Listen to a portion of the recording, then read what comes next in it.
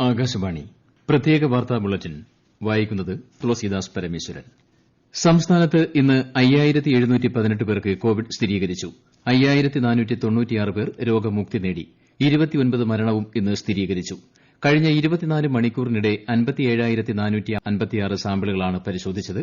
Test positivity നിരക്ക് 9.95%. മലപ്പുറം 943, കോഴിക്കോട് 773, കോട്ടയം 570, തൃശൂർ 528 രോഗബാധിതരാണ് ഇന്നുള്ളത്. എറണാകുളത്ത് 486, പാലക്കാട് 447, ആലപ്പുഴ, കൊല്ലം ജില്ലകളിൽ 300-ന് മുകളിലും രോഗബാധിതരുണ്ട്. 61,401 പേരാണ് സംസ്ഥാനത്ത് ചികിത്സയിലുള്ളത്. 5,61,000-ലധികം പേർ ഇതിനകം രോഗമുക്തി നേടി. 2,358 പേരാണ് സംസ്ഥാനത്ത് ഇതുവരെ കോവിഡ് ബാധിച്ച് മരിച്ചത്. കോവിഡ് വാക്സിൻ ഏതാനും ആഴ്ചകൾക്കുള്ളിൽ തന്നെ രാജ്യത്ത് ലഭ്യമാക്കാനാകുമെന്ന് പ്രധാനമന്ത്രി നരേന്ദ്രമോദി. വില കുറഞ്ഞതും ഫലപ്രദവുമായ കോവിഡ് വാക്സിനുവേണ്ടി ലോകം ഇന്ത്യയിലേക്ക് ഉറ്റുനോക്കുകയാണെന്നും സർവകക്ഷി യോഗത്തെ അഭിസംബോധന ചെയ്യവെ പ്രധാനമന്ത്രി പറഞ്ഞു. വിശദാംശങ്ങളിലേക്ക്. രാജ്യത്ത് വികസിപ്പിച്ചുവരുന്ന 8 വാക്സിനുകൾ പരീക്ഷണത്തിന്റെ വിവിധ ഘട്ടങ്ങളിലാണെന്ന് പ്രധാനമന്ത്രി നരേന്ദ്രമോദി വ്യക്തമാക്കി.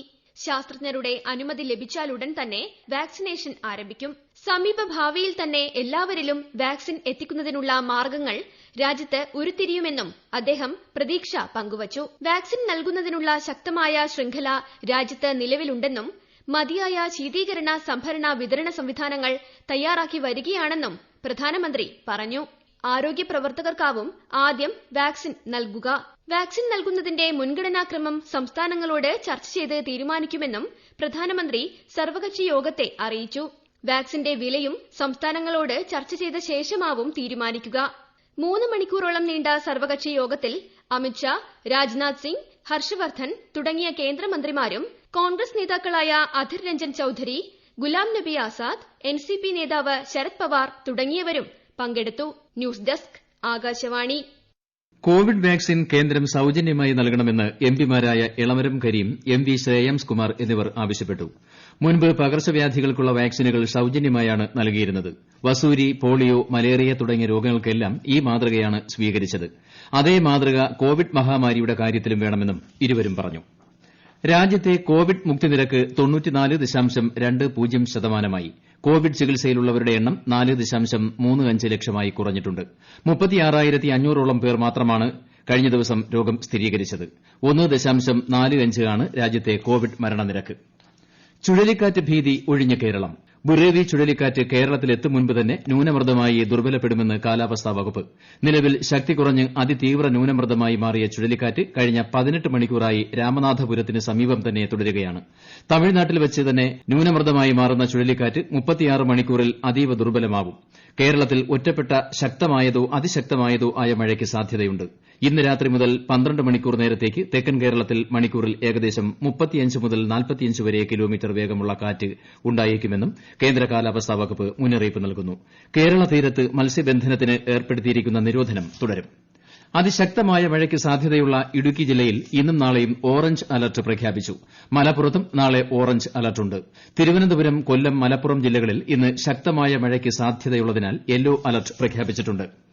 ചുഴലിക്കാറ്റ് ജാഗ്രത തുടരുന്ന തിരുവനന്തപുരം ജില്ലയിലെ വിവിധയിടങ്ങളിൽ വൈകുന്നേരം മുതൽ മഴ അനുഭവപ്പെടുന്നു.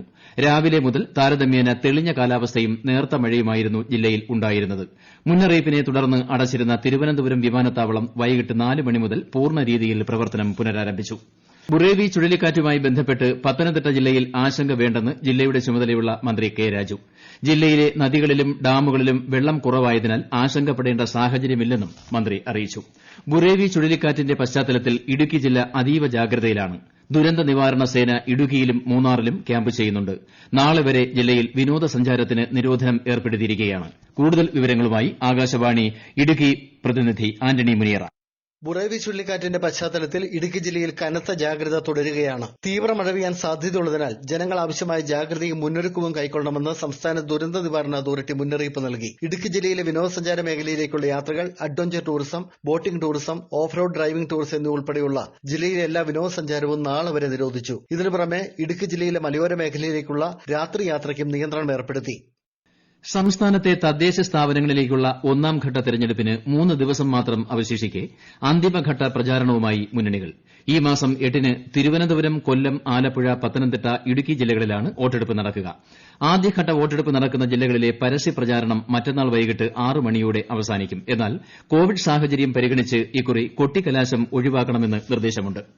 തദ്ദേശ തെരഞ്ഞെടുപ്പിന്റെ പശ്ചാത്തലത്തിൽ മറ്റന്നാൾ വൈകിട്ട് 6 മുതൽ 48 മണിക്കൂർ സമയം തിരുവനന്തപുരം ജില്ലയിൽ സമ്പൂർണ്ണ മദ്യനിരോധനം ഏർപ്പെടുത്തി.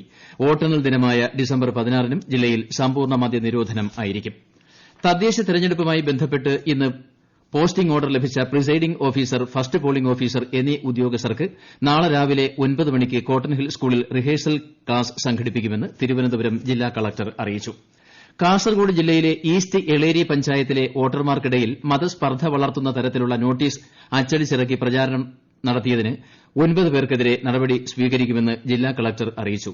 മതവികാരം വ്രണപ്പെടുത്തും വിധമുള്ള വീഡിയോ റെക്കോർഡ് ചെയ്ത് സമൂഹമാധ്യമങ്ങൾ വഴി പ്രചരിപ്പിച്ച ഈസ്റ്റ് എളേരി പഞ്ചായത്തിലെ 16-ാം വാർഡിലെ സ്ഥാനാർത്ഥിക്കെതിരെയും നിയമ നടപടി സ്വീകരിക്കുമെന്നും കളക്ടർ അറിയിച്ചു. തദ്ദേശ സ്വയംഭരണ തെരഞ്ഞെടുപ്പിന്റെ പ്രചാരണാർത്ഥം ഇടതുപക്ഷ ജനാധിപത്യ മുന്നണി നാളെ വെബ് റാലി സംഘടിപ്പിക്കും. കോവിഡ് മഹാമാരിയുടെ പശ്ചാത്തലത്തിൽ റാലികളും പൊതുയോഗങ്ങളും നടത്താൻ കഴിയാത്ത സാഹചര്യത്തിലാണ് വെബ് റാലി സംഘടിപ്പിക്കാൻ LDF തീരുമാനിച്ചത്. മുഖ്യമന്ത്രി പിണറായി വിജയൻ വെബ് റാലി ഉദ്ഘാടനം ചെയ്യും. വെൽഫെയർ പാർട്ടിയുമായി UDFന് പ്രാദേശിക തലത്തിൽ പോലും ധാരണകൾ ഇല്ലെന്ന് മുൻ മുഖ്യമന്ത്രി ഉമ്മൻചാണ്ടി. സഖ്യം വേണ്ടെന്നതാണ് UDF തീരുമാനമെന്നും അദ്ദേഹം കാസർഗോഡ് പറഞ്ഞു. പ്രാദേശിക നീക്കുപോക്കുകൾ അനുവദിച്ചിട്ടുണ്ടെന്ന UDF കൺവീനർ MM ഹസന്റെ പ്രതികരണത്തെക്കുറിച്ച് അറിയില്ലെന്നും അദ്ദേഹം വ്യക്തമാക്കി. ജമാഅത്തെ ഇസ്ലാമിയുമായുള്ള കോൺഗ്രസിന്റെ ബന്ധം ദേശീയ നേതൃത്വം അറിഞ്ഞുകൊണ്ടാണോ എന്ന് വിശദീകരിക്കണമെന്ന് BJP സംസ്ഥാന അധ്യക്ഷൻ കെ സുരേന്ദ്രൻ. കൽപ്പറ്റയിൽ വയനാട് പ്രസ് ക്ലബിന്റെ മീറ്റ് ദ പ്രസ് പരിപാടിയിൽ മാധ്യമപ്രവർത്തകരോട് സംസാരിക്കുകയായിരുന്നു അദ്ദേഹം. രാഹുൽ ഗാന്ധിയുടെ മണ്ഡലത്തിൽ അടക്കം UDF ജമാഅത്തെ ഇസ്ലാമി കൂട്ടുകെട്ട് ശക്തമാണെന്നും അദ്ദേഹം ആരോപിച്ചു. ഹൈദരാബാദ് മുനിസിപ്പൽ കോർപ്പറേഷനിലെ 150 സീറ്റുകളിലേക്ക് നടന്ന തെരഞ്ഞെടുപ്പിൽ 131 സീറ്റുകളുടെ ഫലം പുറത്തുവന്നപ്പോൾ ഭരണകക്ഷിയായ തെലങ്കാന രാഷ്ട്രസമിതി 53 സീറ്റുകളിൽ വിജയം നേടി. അസദുദ്ദീൻ ഒവൈസിയുടെ AIMIM 44 സീറ്റുകളിലും BJP 35 സീറ്റുകളിലും വിജയം നേടി. കോൺഗ്രസ് 2 സീറ്റുകളിൽ വിജയിച്ചു. 2016-ൽ 99 സീറ്റുകൾ നേടിയ TRSന് തെരഞ്ഞെടുപ്പ് ഫലം തിരിച്ചടിയായപ്പോൾ BJP 4-ൽ നിന്നും 40-ന് മുകളിലേക്കെത്തി നേട്ടം കൈവരിച്ചു. ഡൽഹിയിൽ സമരം ചെയ്യുന്ന കർഷകരുമായി കേന്ദ്രമന്ത്രിമാരുടെ ഉന്നതതല സമിതി നാളെ 5-ാം ഘട്ട ചർച്ചകൾ നടത്തും. ഇന്നലെ നടന്ന ചർച്ചകളിൽ സമവായം ഉരുത്തിരിയാത്ത സാഹചര്യത്തിൽ നാളെ വീണ്ടും ചർച്ച തുടരാൻ തീരുമാനിക്കുകയായിരുന്നു. അടിസ്ഥാന നിരക്കുകളിൽ മാറ്റം വരുത്താതെ റിസർവ് ബാങ്ക് പുതിയ വായ്പാ നയം പ്രഖ്യാപിച്ചു. റിപ്പോ നിരക്ക് 4%-മായും റിവേഴ്സ് റിപ്പോ നിരക്ക് 3.35%-മായും തുടരും. ഈ സാമ്പത്തിക വർഷത്തിന്റെ പകുതിയോടെ സമ്പദ് വ്യവസ്ഥ റെക്കോർഡ് വളർച്ച കൈവരിക്കുമെന്നും Reserve Bank governor doctor Shaktikanta Das അറിയിച്ചു.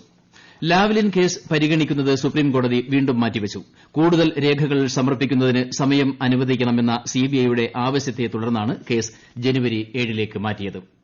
Price water house Coopers consultancy കമ്പനിയെ വിലക്കിയ സംസ്ഥാന സർക്കാർ നടപടി ഹൈക്കോടതി സ്റ്റേ ചെയ്തു.